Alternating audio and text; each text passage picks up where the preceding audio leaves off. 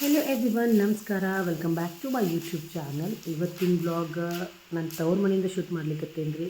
ಅಕ್ಕನ ಮನೆಯೊಳಗೆ ಎಲ್ಲ ಫಂಕ್ಷನ್ ಮುಗಿಸ್ಕೊಂಡ ನನ್ನ ತವ್ರ ಮನೆಗೆ ಬಂದಾಯ್ತು. ಸೊ ತವ್ರ ಮನೆಯೊಳಗೆ ಏನದ ಫುಲ್ ರೆಸ್ಟ್, ಏನು ಕೆಲಸ ಇಲ್ಲ, ಏನೂ ಇಲ್ಲ. ಎದ್ದೇನೆ 8:30 ಎದ್ದೇನೆ ರೀ ಇವತ್ತು. ಸೊ ನೋಡ್ಬೋದು ಇಲ್ಲಿ ರುದ್ರ ಕುಂತಾನ.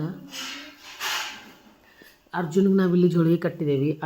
ಅರ್ಜುನ್ ಮಲ್ಕೊಂಡಾದ್ರೆ ಇಲ್ಲಿ ಇದೊಂದು ಬೆಸ್ಟ್ ಅನ್ಸ್ದಂಗೆ. ಇದ್ರೊಳಗೆ ಅರ್ಜುನ್ ಆರಾಮ್ ಮಕ್ಕೋತಾನೆ, ನಂಗೆ ಕಾರ್ಸಂಗಿಲ್ಲ.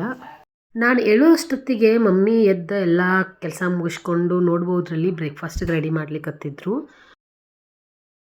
ನಾಷ್ಟ ಮಾಡೋನು ದೋಸೆ ಇಡ್ಲಿ ಎರಡು ಎಲ್ಲರೂ ಸೇರಿ ನಾಷ್ಟ ಮಾಡಿದ್ವಿ ರೀ. ಆ್ಯಕ್ಚುಲಿ ನಮ್ಮ ಮೀನಾ RDPR ಡಿಪಾರ್ಟ್ಮೆಂಟ್ ಒಳಗೆ ಜಾಬ್ ಮಾಡ್ತಾಳು, ಹೀಗಾಗಿ ಅವಳಿಗೆ ಡ್ಯೂಟಿ ಟೈಮ್ ಆಗಿತ್ತು. ಸೊ ಎಲ್ಲರೂ ಸೇರಿ ಬ್ರೇಕ್ಫಾಸ್ಟ್ ಮಾಡಿದ್ವಿ. ತವ್ರ ಮನೆಯೊಳಗಿರೋ ಖುಷಿನೇ ಬೇರೆ ರೀ. ಹೆಣ್ಮಕ್ಳು ಎಷ್ಟು ಗಂಡನ ಮನೆಯೊಳಗೆ ಆರಾಮಿರಲಿ, ತವ್ರ ಮನೆಯೊಳಗಿರೋ ಮಜಾನೇ ಬೇರೆ. ಅರ್ಜುನ್ ನೋಡ್ಬೋದ್ರಿ ನೀವು, ಬಿಲ್ಕುಲ್ ನಮ್ಮ ಮನೆಗೆ ಬಂದಾಗಿಂದ ಇಲ್ಲಿ ನನ್ನ ಮೈ ಬಿಟ್ಟು ಆಟ ಆಡ್ಲಿಕ್ಕತ್ತಿದ್ದ, ಭಾಳ ಖುಷಿದ್ದ.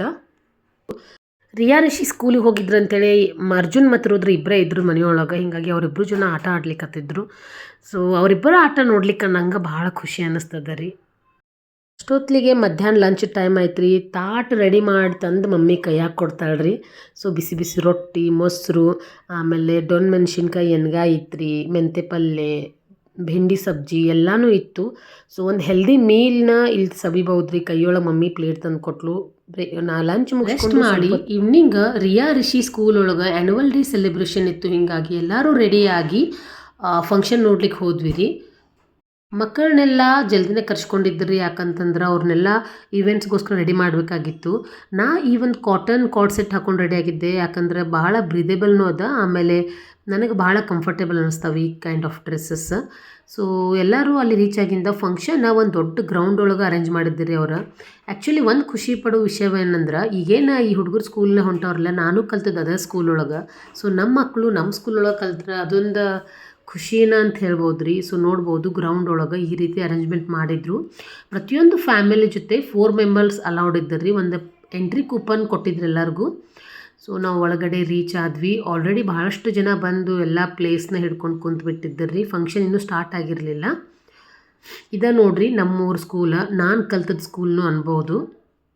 ಇವೆಂಟ್ ಇನಿಷಿಯಲ್ ಎಲ್ಲ ಪ್ರೈಸ್ ಡಿಸ್ಟ್ರಿಬ್ಯೂಷನ್, ಆಮೇಲೆ ಎಲ್ಲರದು ವೆಲ್ಕಮ್ ಎಲ್ಲ ಇತ್ತು. ಸೊ ಸ್ವಲ್ಪ ಲೇಟಾಗಿನ ಹೋಗಿದ್ವಿ ನಾವು. ಇನಿಷಿಯಲ್ ವೆಲ್ಕಮ್ ಸ್ಪೀಚ್ ಆಮೇಲೆ ಪ್ರೈಸ್ ಡಿಸ್ಟ್ರಿಬ್ಯೂಷನ್ ಎಲ್ಲ ಮುಗಿಯೋಷ್ಟೊತ್ತಿಗೆ ಕತ್ಲಾಗ್ಬಿಡ್ತ್ರಿ. ಆಮೇಲೆ ಕಲ್ಚರಲ್ ಪ್ರೋಗ್ರಾಮ್ ಸ್ಟಾರ್ಟ್ ಆಯಿತು.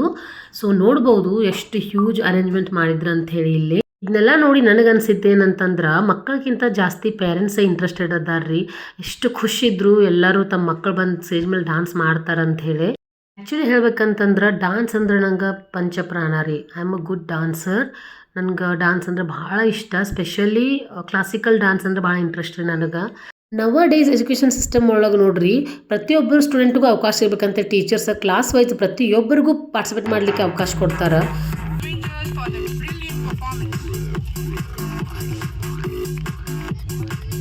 ಆ್ಯನ್ಯುವಲ್ ಡೇ ಫಂಕ್ಷನ್ ಒಂದು ಗಣಪತಿ ಸಾಂಗ್ದಿಂದ ಅವ್ರು ಸ್ಟಾರ್ಟ್ ಮಾಡಿದ್ರಿ. ಅದಾದಮೇಲೆ ರಿಯಾನ್ ಡಾನ್ಸ್ ಇತ್ತು ರೀ.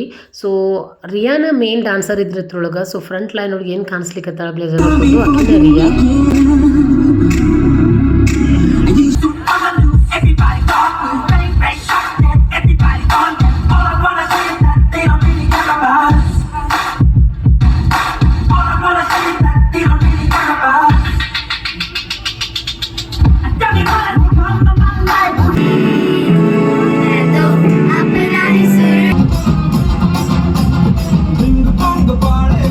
ರಿಯಾ 2-3 ಡಾನ್ಸ್ ಒಳಗಿದ್ದಳ್ರಿ. ಆಮೇಲೆ ಪಿಯಾನೋ ಪ್ಲೇಯಿಂಗ್ ಒಳಗೂ ಪಾರ್ಟಿಸಿಪೇಟ್ ಮಾಡಿದ್ಲು. ರಿಷಿನ್ ಡಾನ್ಸು ನೋಡಿದ್ವಿ, ಭಾಳ ಖುಷಿ ಆಯ್ತು ರೀ. ಮಕ್ಕಳು ನಮ್ಮನ್ನು ಖುಷಿ ಪಡಿಸಿದ್ರಲ್ಲ, ಹೀಗಾಗಿ ಅಲ್ಲಿ ಫುಡ್ ಸ್ಟಾಲ್ ಅರೇಂಜ್ಮೆಂಟ್ ಮಾಡಿದ್ರು. ಸೊ ಮಕ್ಕಳಿಗೆ ಇಷ್ಟವಾದ ಸ್ನ್ಯಾಕ್ಸ್ ನಾವು ತಿನ್ನಿಸ್ಕೆ ಅವ್ರಿಗೆ ಇವತ್ತಿನ ಡೇನ ಎಂಡ್ ಮಾಡಿದ್ದೀವಿ. ಸಿಗ್ತೀನಿ ನೆಕ್ಸ್ಟ್ ವ್ಲಾಗ್ ಒಳಗೆ. ಟಿಲ್ ದೆನ್ ಟೇಕ್ ಕೇರ್, ಬಾಯ್ ಬಾಯ್.